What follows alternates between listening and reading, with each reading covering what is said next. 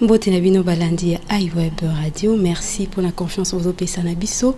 Bienvenue dans cette émission Tweetos. Au Nazangamrote, Nazana Jonathan Makila, à qui j'ai dit déjà bonjour Jonathan Makila. Bonjour Madame Marina. Comment vous allez? Je suis bien portant, merci. Content de vous avoir encore dans l'équipe Tweetos. C'est vraiment un plaisir. Les plaisirs est partagé, bien sûr. Voilà, nous allons directement entrer dans le vif du sujet.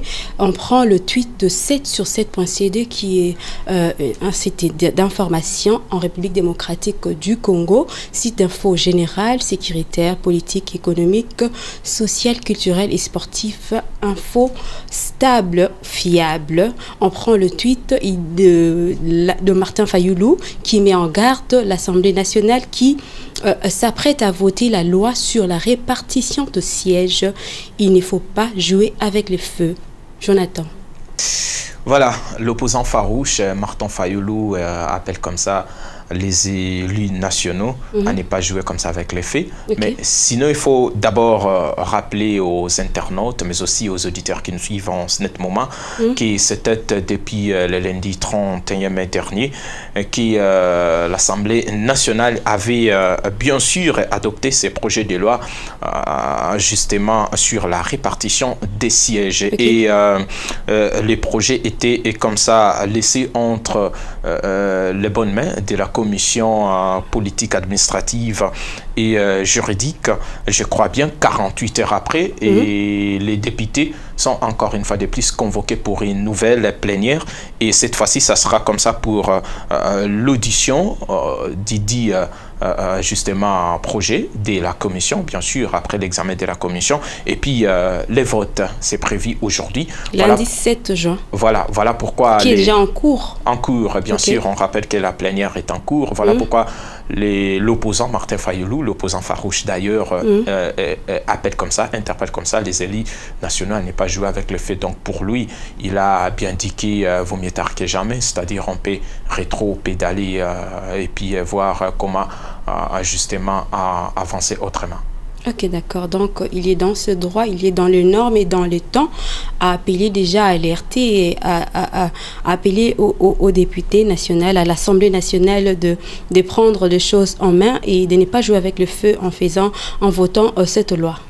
Je pense que le grand travail s'était déjà fait. Le grand travail s'était déjà fait. Aujourd'hui, si la commission arrive à présenter son rapport, en tout cas, il y a beaucoup plus de chances que la loi soit comme ça votée.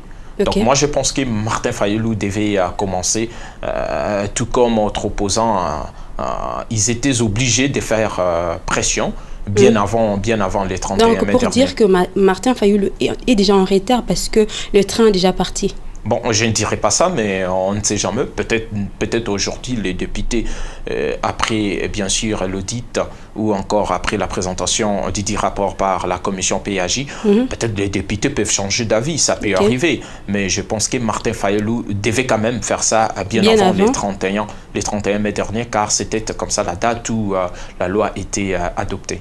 Et dans la Jonathan, les opposants, ils viennent toujours en retard pour réclamer, alors qu'ils avaient tous les temps pour réclamer ça et changer les choses avec les cris d'alarme par-ci par-là. Pourquoi toujours en retard devant un fait accompli, des côté les mains pour la relobater? On ne joue pas avec le feu. Alors pendant tout ce temps, Bazalaki Wapi. Non, ils n'ont jamais été en retard.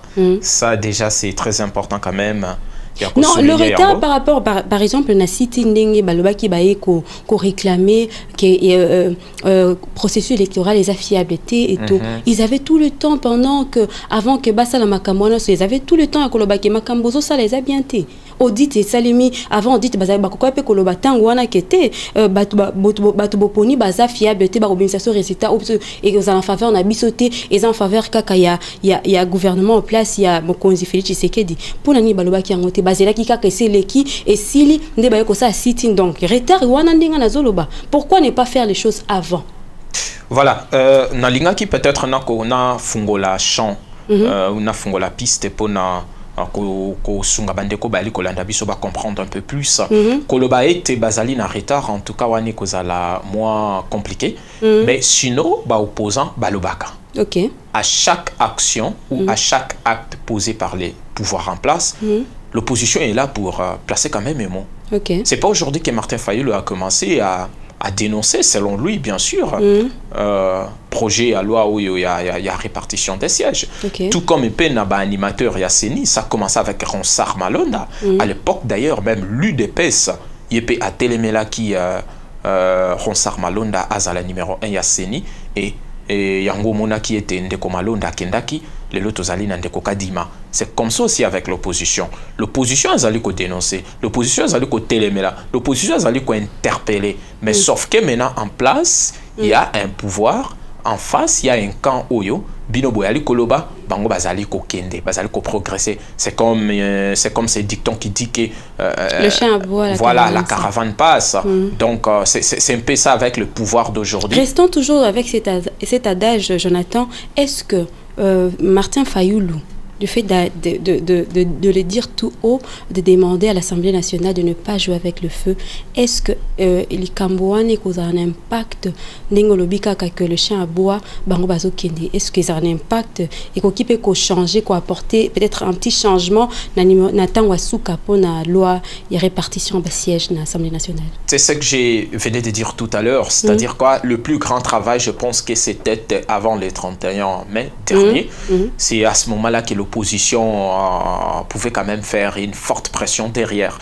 Mais aujourd'hui, Ezaka commission y a PAJ, Ndebake Basali, étude ou examen approfondi, il y a loi Oyo. Et Bakoya, si ko poba présenter rapport Nabango, et puis loi Ezala voter.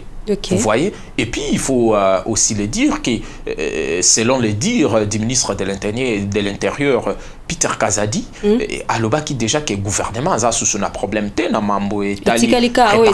l'Assemblée nationale a décidé. Donc, ça signifie quoi? Une grande partie du travail déjà été accompli. Le travail, ça l'a mis déjà à 70%. Ça l'a mis déjà à 70%. Et puis je pense que voilà pourquoi je me réserve aussi, parce que tout peut arriver.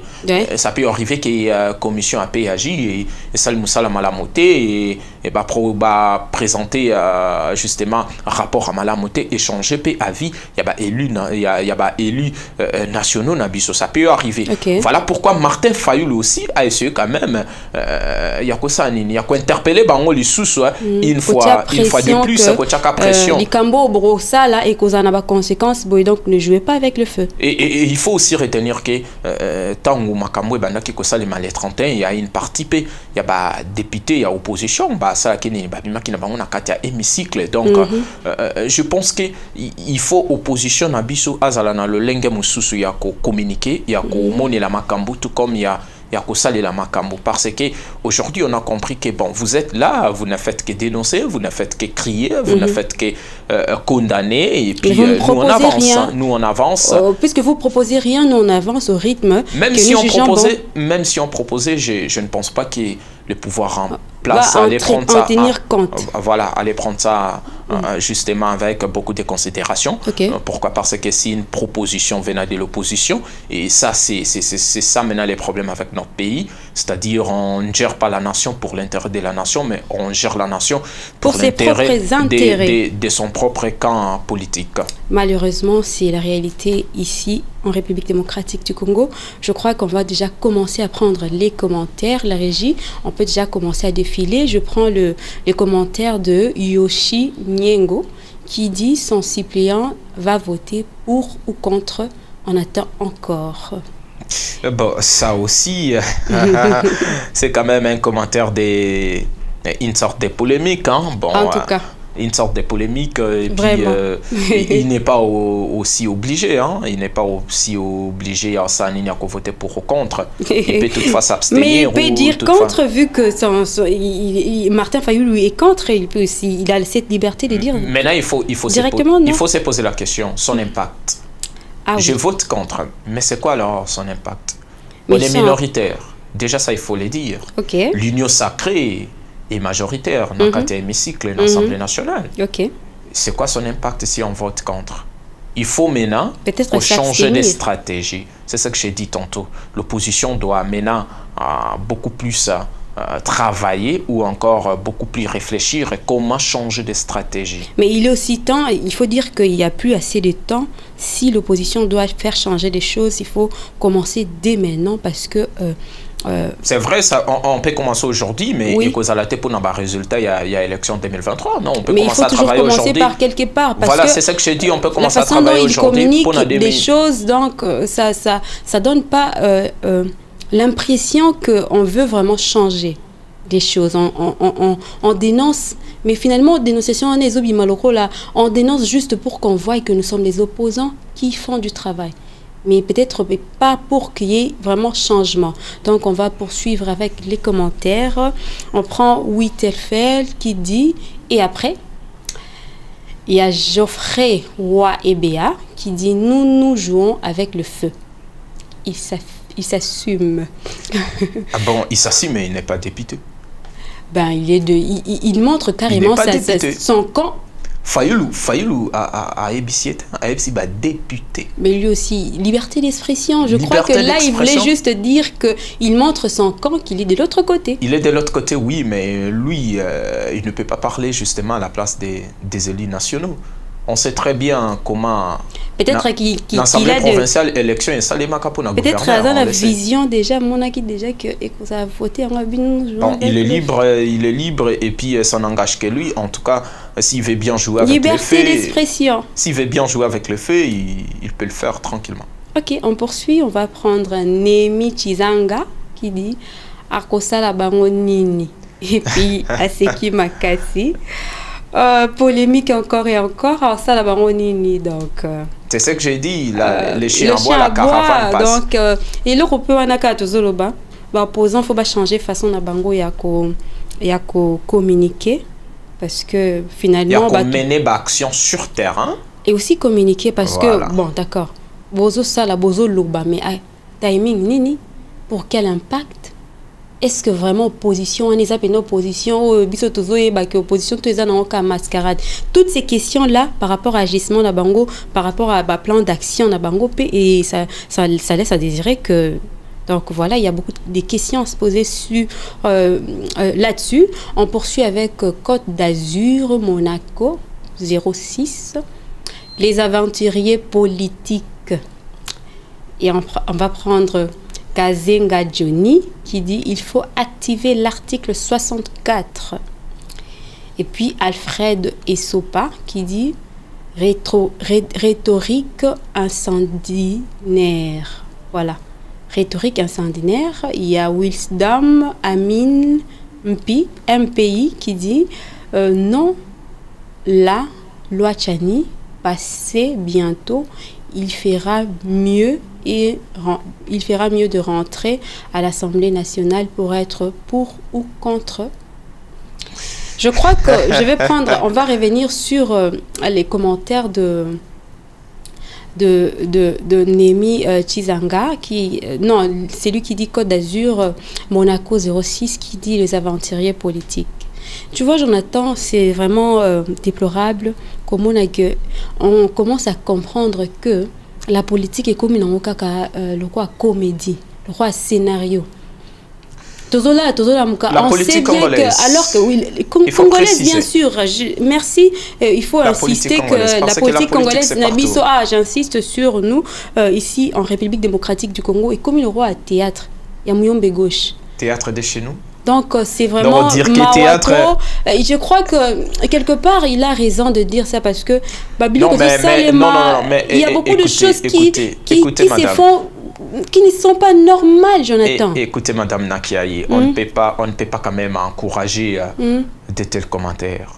Non, c'est pas à encourager. Je suis en train d'analyser. Oui, je suis dans son idée. J'en arrive. Que je pense qu'il y a lieu de penser comme ça, vu que ma communauté les canés comme l'envoi à théâtre. J'en arrive, Madame Marina Nakiaye. Les gars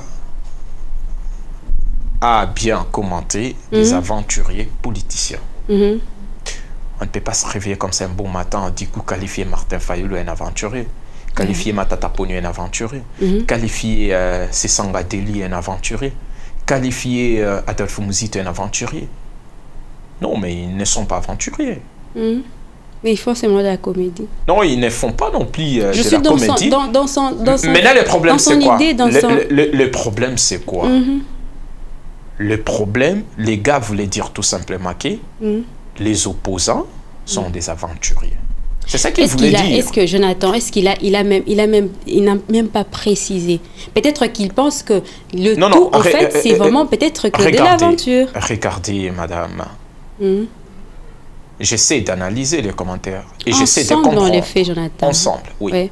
Selon ma petite compréhension, les gars voulaient tout simplement dire, les mecs voulaient tout simplement dire que les opposants aventuriers. Ok. Pourquoi ils traitent aujourd'hui les opposants des aventuriers? Parce qu'ils sont contre, ils sont contre justement la gestion de Félix Tshisekedi. Ok. Et ça, c'est quand même quelque chose... Celui qui est contre, il n'est pas fiable. Dans ce sens-là, peut-être. La manière que les Congolais arrivent comme ça à réfléchir, c'est-à-dire s'il n'est pas avec nous, et s'il ne travaille pas avec nous, c'est-à-dire qu'il n'est pas intelligent. Ok. Il n'est pas intelligent. C'est un aventurier, c'est un médiocre.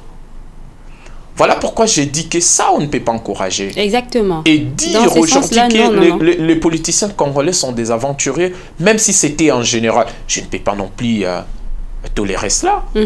On ne peut pas emballer tous les politiciens dans un même sac. Il y a des gens quand même qui excellent. Oui, il y a des gens qui travaillent.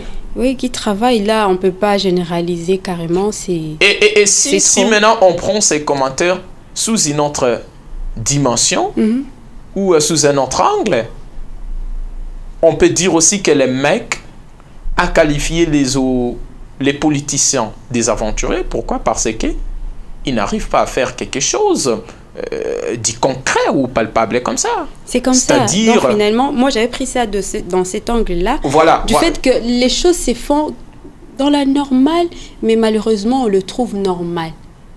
C'est dans ce sens-là. Le problème, c'est quoi? Je disais tantôt, aujourd'hui, en RDC, on ne travaille pas pour l'intérêt de la nation, mais on travaille pour l'intérêt de son camp politique. C'est ça le problème. Malheureusement. Voilà pourquoi même la population n'a plus confiance aux autorités.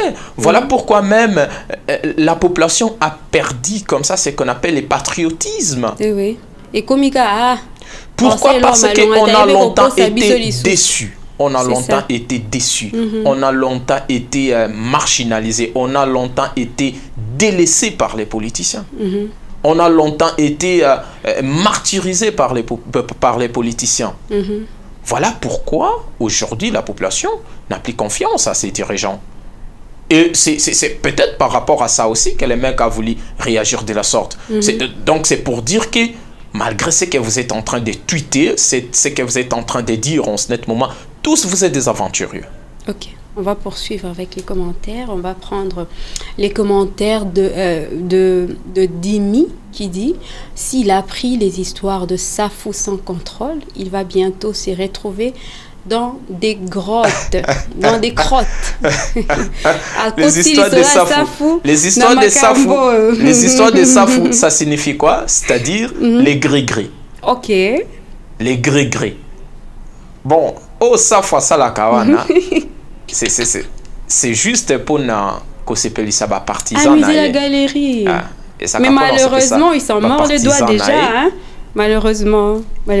Et Safou n'est pas un magicien, il n'est pas non plus un féticheur, ou c'est un individu normal, c'est un élu normal comme ça. Et je pense que dire que Fayulu a eu Biloko et Safou a se retrouver dans des grottes. En tout cas, ça aussi, c'est trop fort. Donc, quoi. Non, mais moi, je conseillerais tantôt à mes chers compatriotes, si on n'aime pas Fayulu, mais pourquoi aller commenter son tweet? Tant mieux de laisser. Bah non, exactement. Effectivement, je pense que bato balinga kaete to baza contre. Ndeko to ba contre la kalisus ba Twitter ba commentaire ba tweet na. C'est toujours comme ça. Mais si ko suivi mo robo ba ça. Regardez. La plupart, il faut commentaire yango sikoyo, ba commentaire yango siko ezo honorer to ezo fingi ça. Non, attends Jonathan, si toi tu commentes quelque chose et que Monica ka batu na yo kande bazo par exemple tu tweets quelque chose, tu publies quelque chose et qu'il y a toujours de oui. je pense qu'à un niveau, il y a Martin Fayoulou. Il est déjà un monsieur à Messani déjà. Non, donner un avis contraire. Regardez, il est déjà habitué que Madame Nakiaye. Je pense que les autres dérangés étaient. Madame Nakiaye, donner un avis contraire, en tout cas, ça je suis d'accord. Liberté d'expression. Mais les insultes. Les qualificatifs qui n'honorent pas. À ne pas encourager, bien sûr. Les insultes, les qualificatifs qui n'honorent pas. Ça, je condamne. Les gens qui ne vont pas dans ton sens, là, c'est normal. C'est ce que j'ai dit. Donc, Marina peut tweeter comme ça, Marina peut publier. Même si... Toi, tu n'es pas d'accord, mais tu me dis carrément que je ne suis pas d'accord. En tout cas, ça, il faut prochainement... Avec des mots. Il faut prochainement proposer peut-être une autre chose, parce qu'en ce moment, on ne peut plus revenir. La machine, les trains est déjà en marche. Ça, quand même, on peut accepter. Mais venir pour qualifier Fayoulou un aventurier, qualifier Fayoulou de quelqu'un qui a touché comme ça les gris-gris des Safou, ça c'est quand même... En tout cas, c'est quand même une abomination. C'est vraiment bon. C'est comme ça la politique et la population qui réagit face au tweet. Donc, liberté d'expression, je ne cesse de le dire. On va poursuivre déjà encore une fois de plus avec les commentaires. On va prendre le commentaire de Loussa Koumounou, Dieu merci, qui dit distraction. Il traite ça de distraction, Jonathan. Pour lui, il a trouvé que c'est une sorte de distraction. D'après vous?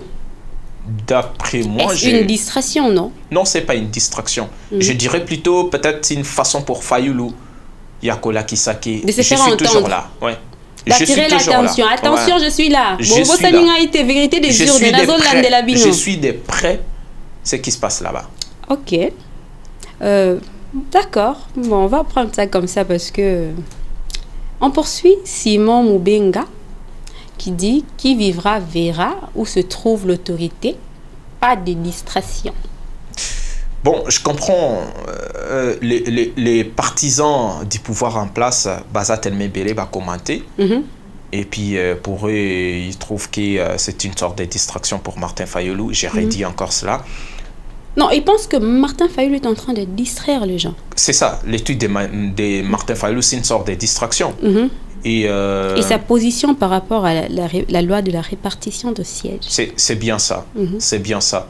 Mais moi, je pense que lui, en tant qu'opposant farouche, en tant que politicien, en tout cas de grande envergure, il sait très bien ce qu'il fait. Eh oui. Ça, je suis bien d'accord avec toi, Jonathan. Ouais. Quoi qu'il fasse, il sait bien ce qu'il fait. Il sait très bien ce qu'il fait. Eh oui, on va prendre... Et il sait très bien ce qu'il vaut. Ah oui. On poursuit avec Mahavila Dido. Nous irons aux élections le 20 décembre, Monsieur Tic, distraction. Ça aussi, c'est la population qui parle. Est-ce possible qu'avec toutes ces revendications de l'opposition, tout ce qu'ils font comme manifestation, est-ce possible qu'il y ait qu'on puisse revenir sur le processus électoral ou changer quoi que ce soit, malgré que nous sommes déjà devant un fait accompli maintenant? Est-ce que ça aura de l'impact, tout ce qu'ils font, les opposants? Si les parties prenantes aujourd'hui se décident comme ça de se réunir autour d'une même table et puis tabler une fois pour toutes au sujet des élections en République démocratique du Congo, en tout cas, je pense que cela peut être possible. Mais si c'est l'opposition qui dénonce, si c'est l'opposition qui parle, si c'est l'opposition qui revendique, et que le pouvoir en place ne tient pas compte de toutes ces revendications, en tout cas, ça ne changera rien. On va continuer comme ça. On va avancer. Parce qu'il faut aussi...